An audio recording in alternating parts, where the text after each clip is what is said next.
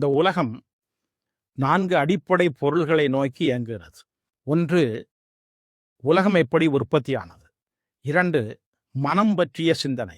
3, உயிர் பற்றிய சிந்தனை. இவற்றிற்கு எல்லாம் மேலாக ஆன்மா பற்றிய ஒரு சிந்தனை. ஆன்மா என்பது இறை என்பதனுடைய ஒரு சிறு துகள். இறைவன் அல்ல என்றால் இறை என்ன நினைக்கிறதோ அதற்கேற்ப இறை துகள் பூமியில் இன்று மனிதர்களாக உருவாகியிருக்கிறது. ஒவ்வொரு மனிதனுக்குள்ளும் ஒரு இறை துகள் மையமாக இயங்கிக் கொண்டிருக்கிறது.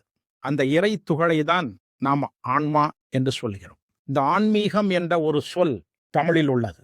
ஆன்மீகம் என்றால் மீகம் என்பது மேலான என்று ஒரு பொருள். அதனால்தான் இந்த முகத்துக்கு மேல வளர்ந்திருக்கிறது இதை மீசை என்று சொல்கிறோம். மிசை என்றால் மேலான உயரம்.